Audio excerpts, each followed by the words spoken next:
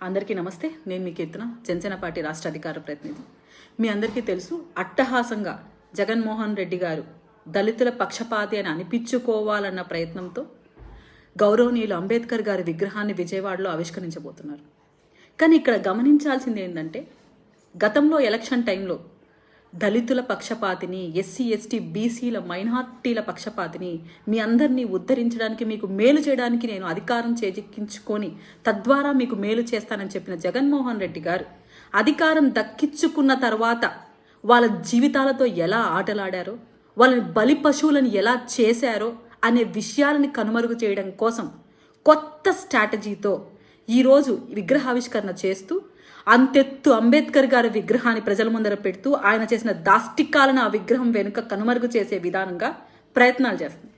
కానీ ఈరోజు ప్రజలు ఎంత కనువిప్పు కలిగించేలాగా ఉన్నారు, వాళ్ళు ఆయన చేసిన దాష్టికాలను మర్చిపోవట్లేదన్న విషయాన్ని ఒక్కసారి మనం గుర్తు చేసుకుందాం.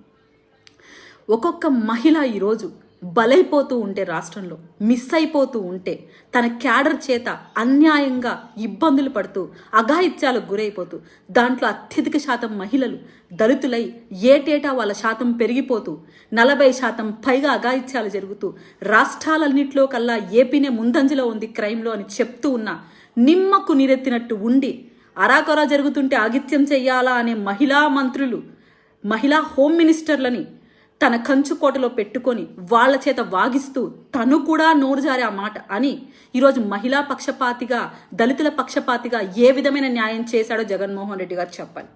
అలాగే విదేశీ విద్యకు దూరం చేసి, ఈవెన్ అంబేద్కర్ గారి పేరును కూడా తీసేసి తన పేరును పెట్టుకొని ఏ విధంగా అంబేద్కర్ గారి ఆశయాలను ప్రజల్లోకి తీసుకుపోతున్నారో, ఈరోజు ఆ బిడ్డలు చదువుకోలేని స్థితిలో ఉంటే ఈరోజు మీరు 400 కోట్లు విగ్రహానికి కేటాయించారు, సంతోషం.